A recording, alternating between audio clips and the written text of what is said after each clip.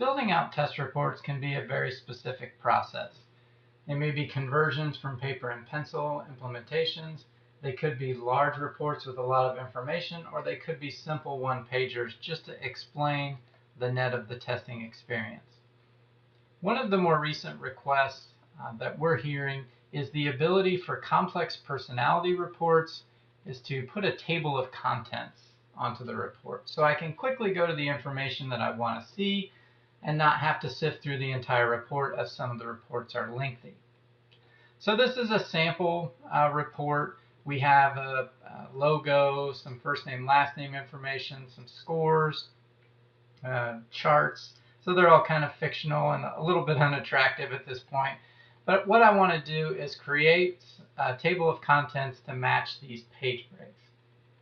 So over on the left-hand side, there is an option now for the table of contents. We throw that here on the page, and that table of contents here, we'll just call it table of contents. And we can add to the table of contents, and I will show what this looks like here in 1 second. So as I click finish, sorry, got an offline here somehow. So my table of contents is here. I want to add a completely new row for that. So I'll click on new row, go ahead and drag that up from the bottom. Sorry, I did this the long way. So I'll drag my new row up to exactly where I want it on the report. And in this case, I want it between the first page and where my information starts. So drag that here, put it right between these page breaks. So drop that there, and I'll add my table of contents to that new row. So the first page starts with my logo and my candidate's name, and my third page now has scores and things like that. So I'm going to reopen this table of contents. It's annotating by this value here, basic scores, charts, gauge. You're saying, where is that coming from? We added a new optional field in every widget where you can name the content widget here. In this case, I have a bar chart, and there is no name. So this will not come up in my table of contents. But if I do have a value, that's going to say in my table of contents, go to whatever is named in this widget. So I have basic scores here at the top of this page on the chart widget. I have it named charts.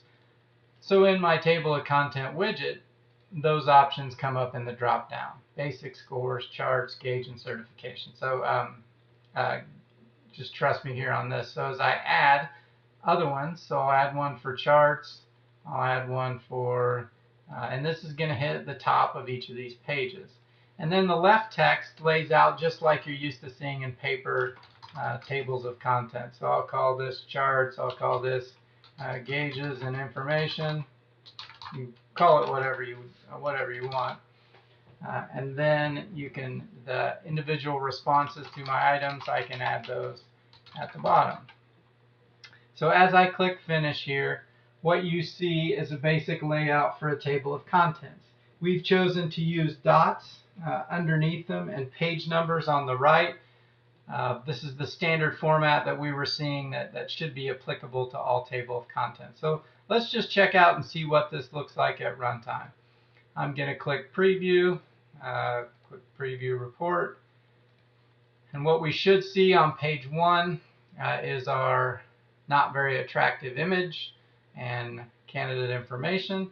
And then what we see here is the table of contents that we built. And as I click on scores, it takes me to that page that had the name scores here. If I take it to responses, and I don't have any responses here, we should see responses to that page number, and so on and so on. So if I click on each of these, they essentially become anchored or hypertext links to get where we need to go. So that's the way the table of contents is laid out. It is going to be fairly fixed. It'll present the page numbers. It'll present the values that you put in. If you don't like the font, if you don't like some of that information, there are more complex ways to implement that. But the simplicity of this should allow you to build tables of contents quickly.